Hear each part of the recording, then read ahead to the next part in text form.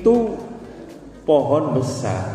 Jangankan pohon besar, menyingkirkan batu saja, menyingkirkan batu di tengah jalan, itu pahalanya besar sekali. Apalagi menyingkirkan pohon yang besar tadi itu. Apa saja pahalanya? Satu, menyingkirkan gangguan dari jalan. Satu, itu akan menjadi sedekah. Baginda Rasul sallallahu alaihi wasallam bersabda, "Kullu sulama minan nas alaihi sadaqah." Setiap tulang persendian dari manusia itu terdapat kewajiban bersedekah. Kulla yaumin tatlu fi syams. Setiap hari, di mana hari itu matahari terbit. Artinya di dalam badan kita itu terdapat tulang. Dan pertemuan tulang itu persendian, kita wajib mensyukuri atas persendian itu kepada Allah dengan mewujudkannya dengan mengeluarkan sedekah. Dengan persendian itu kemudian kita bisa bergerak, bisa berjalan, bisa duduk. Coba bagaimana kalau ada manusia tercipta tanpa persendian, jadi tulangnya nyambung semuanya. Mau noleh gini gak bisa, tangannya mau gerak gak bisa, jari-jarinya mau pegang apa gak bisa, gini terus semua. Jadi kayak patung. Coba gimana kira-kira? Mau berdiri duduk gak bisa, kalau duduk terus, berdiri terus, kayak ulo mangan linggis.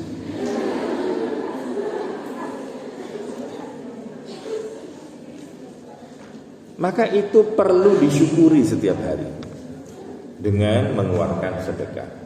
Di dalam hadis yang lain, ini hadis Bukhari, dalam hadis riwayat Muslim, baginda Rasul sallallahu alaihi wasallam bersabda, "Innallaha khalaqa kulla insanin min bani Adam ala sittina wa salasimi'ati mafsilin." Sesungguhnya Allah menciptakan manusia atau anak Adam itu terdiri dari 360 persendian. Jadi sendinya manusia kalau dihitung itu ada 360. Dan ini termasuk mukjizatnya baginda Rasul sallallahu alaihi wasallam. Rasul mengetahui berapa jumlah persendian manusia. Padahal saat itu belum ada ilmu kedokteran, belum ada kerangka manusia yang diteliti. Di dalam ilmu kedokteran modern saja itu masih bingung untuk menentukan jumlah persendian manusia. Di beberapa buku misalnya ada ensiklopedia Britannica, tatkala membahas tentang persendian, dia lebih cari aman, tidak menyebutkan jumlahnya, hanya menyebutkan bagian besar. Misalnya ada ruas, poros, dalam, tepi gitu. Tidak menyebutkan jumlahnya. Padahal itu adalah ensiklopedia ilmiah.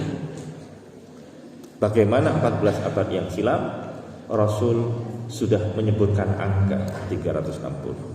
Dan kemudian banyak juga ilmuwan muslim membuktikan kebenaran jumlah dari ruas atau persendian tulang manusia 360. Setiap ruas itu wajib disyukuri dengan cara bersedekah. Cuma bersedekah itu tidak melulu dengan uang. Maka jangan batasi rezeki dengan uang, sebagaimana engkau membatasi sedekah hanya dengan uang pula. Bagaimana bersedekah? Ya'dilu bainal itsnaini shadaqah. Mendamaikan dua teman yang lagi berseteru itu adalah sedekah. Kalau ada kamu punya teman lagi bertengkar, kamu bagaimana usaha untuk mendamaikan keduanya? Maka itu juga termasuk sedekah. Wa yu'inur rajul ala dabatihi fayahmil 'alaiha. Ada seseorang yang dia menolong orang lain yang berjalan kaki, kemudian dikasih tumpangan di sepeda motornya, dibonceng, diantarkan, itu juga sedekah. Au yarfa'u 'alaiha mata'ahu sadaqah, atau ada orang yang membawa barang bawaan yang berat ya. Kemudian mau naik mikrolet misalnya, kemudian kita bantu angkatkan masuk ke mikroletnya. itu juga sedekah. Ada kejadian ada orang tua di pinggir jalan. Dia mau membawa barang, mau ditaruh di atas kepalanya, kata disuruh, tapi gak kuat. Golek uang gak nemu pinggiran tadi. Akhirnya dia nitop bis. Biasanya kernetnya turun, dibantu kan, masuk gini. Ternyata kemudian kernetnya membuka bagasinya. Kemudian dia ngacir aja, karena niatnya bukan naik bis, kepingin dibantu. Ya akhirnya kernetnya ngomel-ngomel, dikira mau naik bis. Tapi itu sedekah. Itu pun sedekah yang tidak sengaja. Ya, jangan ngomel-ngomel mestinya. Itu alhamdulillah telah bersedekah kepada orang lain. Kemudian wal kalimah at-thayyibah sedekah. Kita mengucapkan la ilaha illallah ataupun zikir atau ucapan-ucapan yang baik menenteramkan kepada orang lain, itu sedekah. Kullu khatwatin yakhtuha ila shalah sedekah. Langkah kaki seseorang menuju tempat salat itu adalah sedekah. Dan yang merupakan pembahasan kita adalah wa yumitul adza 'anil tariqi sedekah. Menyingkirkan gangguan dari jalan umum itu adalah sedekah.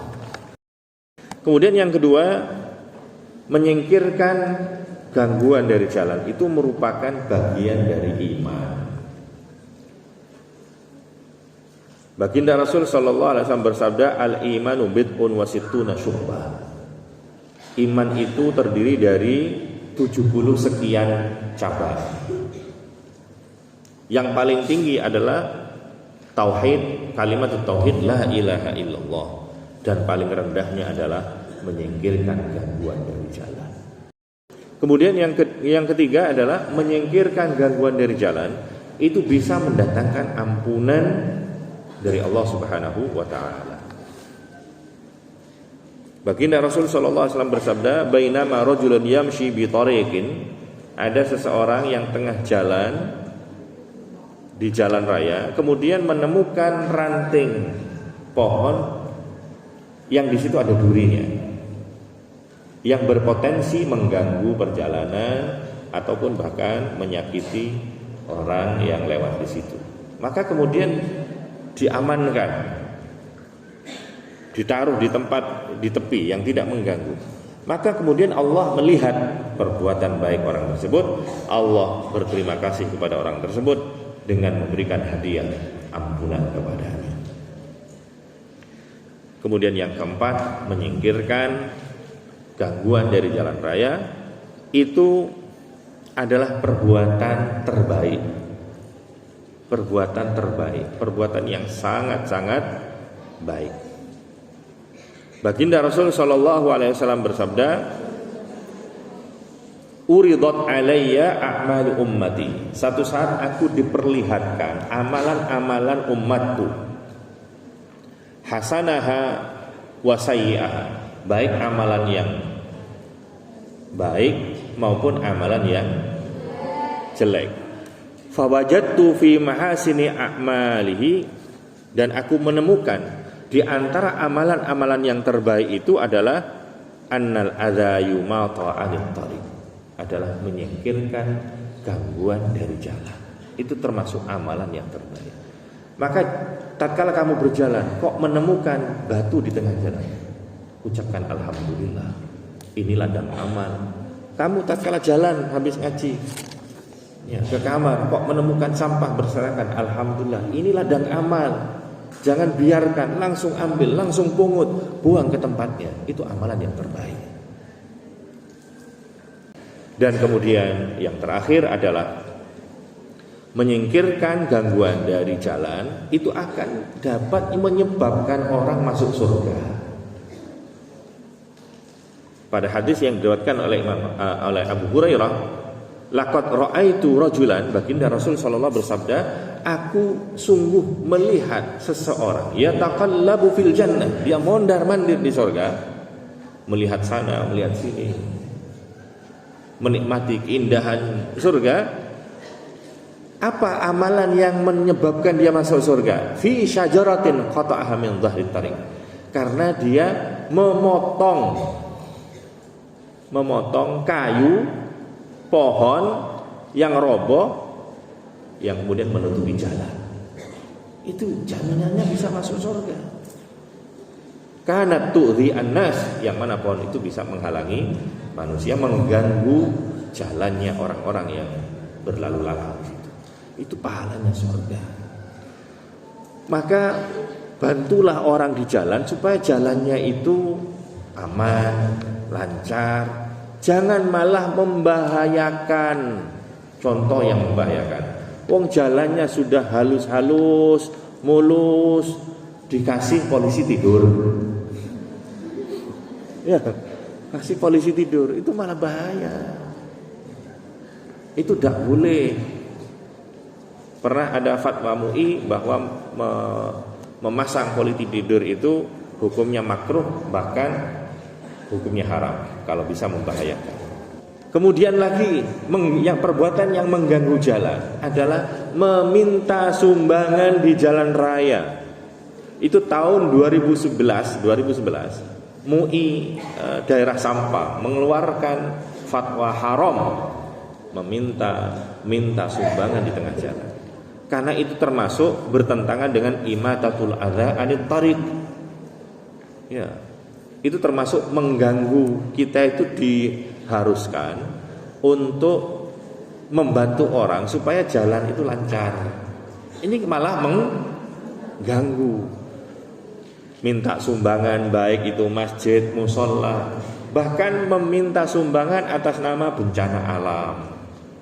Itu tidak boleh kalau itu bisa mengganggu kelancaran di jalan raya. Pernah di jalan raya sini Surabaya, itu daerah Purwosari kalau tidak salah, itu jalan raya besar. Ada masjid di pinggir jalan bangun. Itu di tengah jalan orang, itu jalan umum, jalan cepat. Kemudian supaya mungkin diperlambat, itu dikasih disirami air. Jalan itu malah bahaya itu. Jalannya malah licin. Itu malah berbahaya. Maka fatwa MUI mulai dari tahun 2011 itu sudah mengharamkan hal seperti itu. Jadi malah MUI Sampang, karena kalau di Madura itu banyak sekali orang narik sumbangan di tengah jalan. Tapi ternyata tidak digubris fatwa ini, karena mungkin ya penghasilannya banyak kalau minta uang di jalan itu. Di jalan raya. Maka